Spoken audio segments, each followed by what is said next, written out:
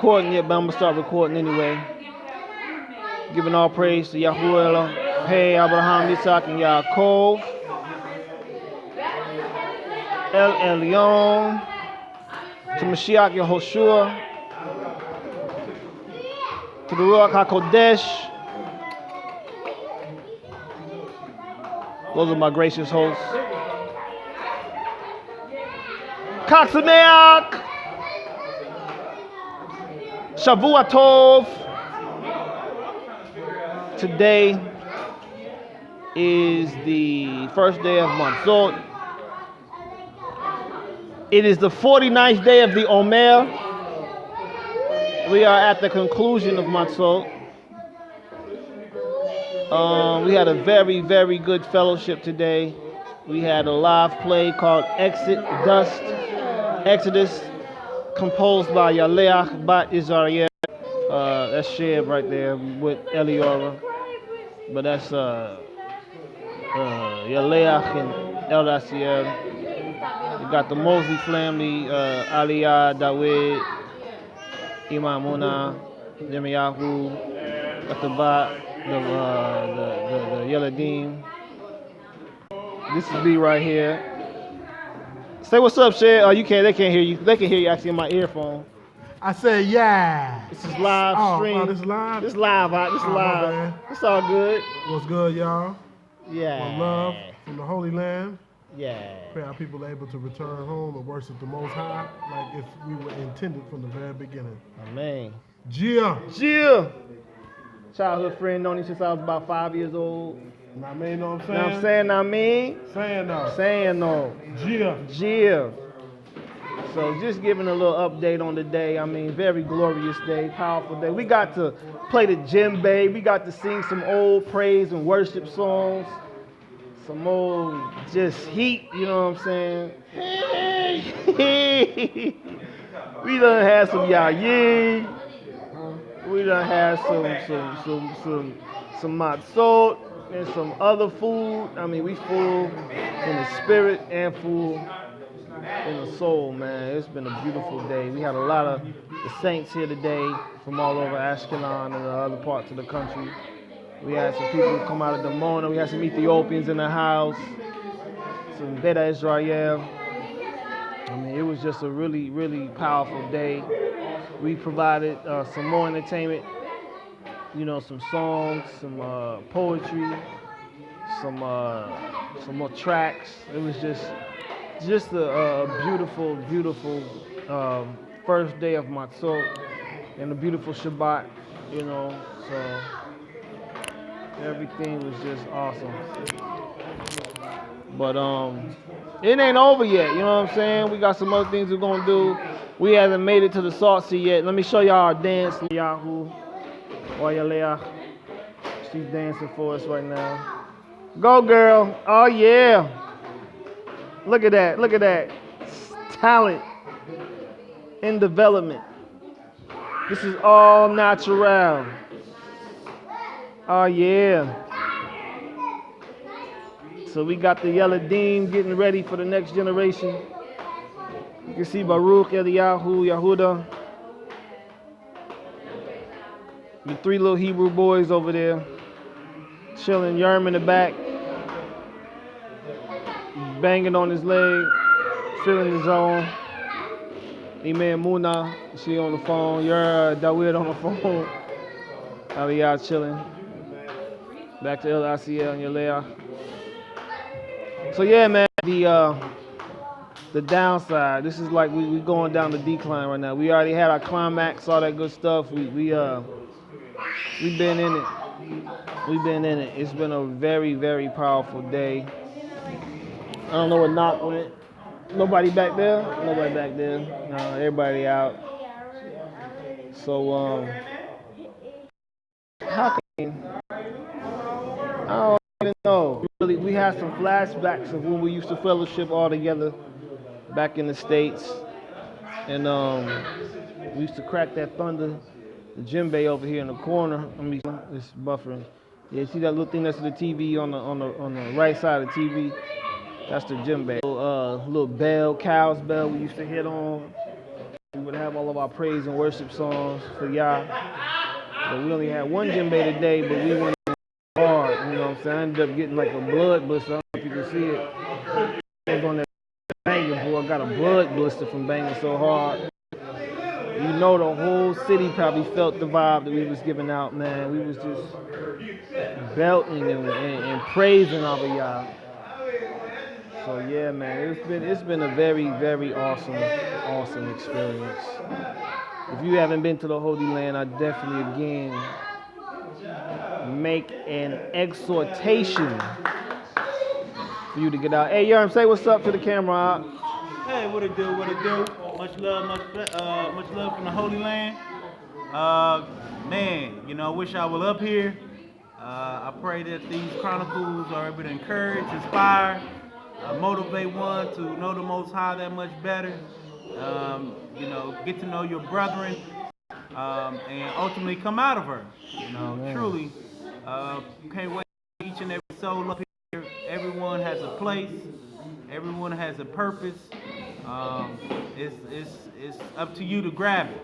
So, say love. You know, much love, much peace to each and every one. Cox and May, Shavua Tov, hallelujah. There you go, hallelujah. I heard it from 5, putting it down. Good 5 years in the struggle, and settled with his family. You know what I'm saying? He got some first generation children born in the land. You know what I'm saying? That's what it's about, getting rooted and planted. You know what I'm saying? So that we can raise this king. So, I mean, it's a real deal. You know what I'm saying? This is not fairy tale illusion. This is reality. You know what I'm saying? And it's not perfect in any way, shape, form, or fashion, but we got to make it like that. You know what I'm saying? This is our responsibility.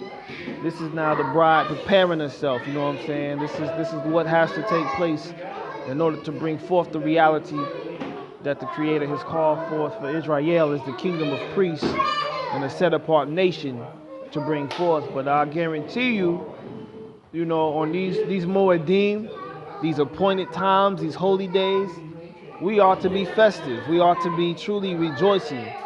Yes, this is a very somber time as well, but we are also called to be festive. The most somber of all days, of course, is Yom Kippur. You know, when we are fasting and afflicting our being, but that leads to a festival of what's called Simchat HaTorah, the joy of the Torah, in which is wrapped up in Chag Sukkot, the feast of Sukkot. And so, you know, all this is to truly take place here is that Torah requires 3 feast day pilgrimages. And this is the beginning one. This is the first pilgrimage of the year in this Jubilee year that we're about to go out of when it gets to the fall. But this first one here, Pesach and Matzot, these are to be truly joyous occasions, even though, you know, we're reflecting on our bondage in Mitzrayim and our bondage to sin and our bondage to death. This is also the season of our deliverance. This is also the season in which we are set free from those things.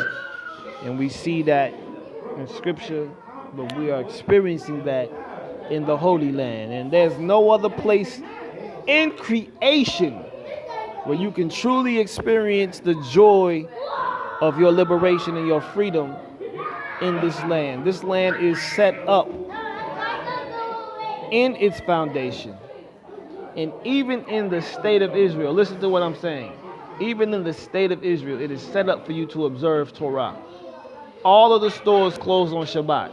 They don't sell chametz, they don't sell leaven anywhere in this land during Chag Matzot. They do not do it. It is conducive to your observance of Torah, Shomrei HaTorah. It is truly conducive to it. And so you can't experience that in the diaspora. You can't experience that in the galut, in the captivity, in the exile. The only place on earth where you can experience Yah's design is in the land. And I'm not going to get into the particulars of that right now. The debate about what is defiled. It's occupied by people who ain't supposed to be there. Well, guess what, though? Even though they're here, it's still more conducive here than it is any other place on earth. Hands down. Hands down. It is you and my responsibility to make it what it's supposed to be. It's not magic. It's not going to be a city literally coming out of the heavens and coming to earth. It's our responsibility. And when we get in line and do what we're supposed to do, then the Spirit will descend. Then we will be able to accomplish that with the power of Yah in us. So let's stop like mystifying something that is more tangible, something that's more real, something that is more discernible than what is just read in Scripture, because those are codes. The Scriptures are codes and keys. If you don't have the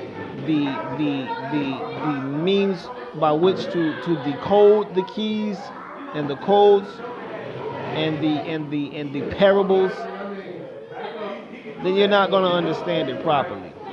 You got to have the prophetic insight.